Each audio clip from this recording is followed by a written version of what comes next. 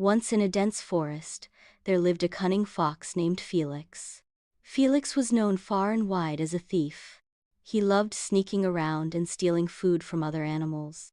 Whether it was berries from the birds, nuts from the squirrels, or freshly caught fish from the otters, Felix always found a way to snatch it away. One day, Felix noticed that the animals were growing cautious. They had started guarding their food and setting up clever tricks to catch him. Felix just smirked.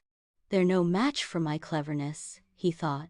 One morning, Felix spotted Bella, the beaver, carrying a basket of apples.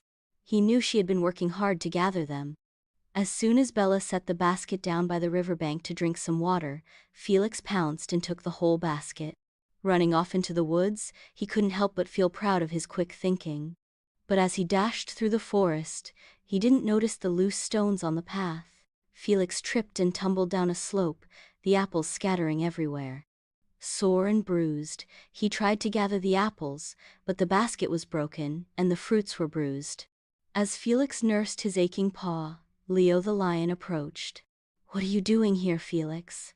Leo asked, raising an eyebrow. Felix hesitated, but then mumbled, "I found these apples." Leo sighed. "Felix, we all know about your thieving habits. Don't you realize that stealing makes you untrustworthy?" Felix didn't respond, but he couldn't help feeling a twinge of guilt. As Leo walked away, Felix noticed Bella looking for her apples. She looked sad and disappointed. For the first time, Felix felt bad about his actions. The next day, the animals gathered for their usual morning meeting. Felix timidly approached Bella and placed a small pile of fresh berries at her feet. "I'm sorry for taking your apples. I know you worked hard to gather them," Felix said, looking down. Bella was surprised but smiled kindly. "It's okay, Felix.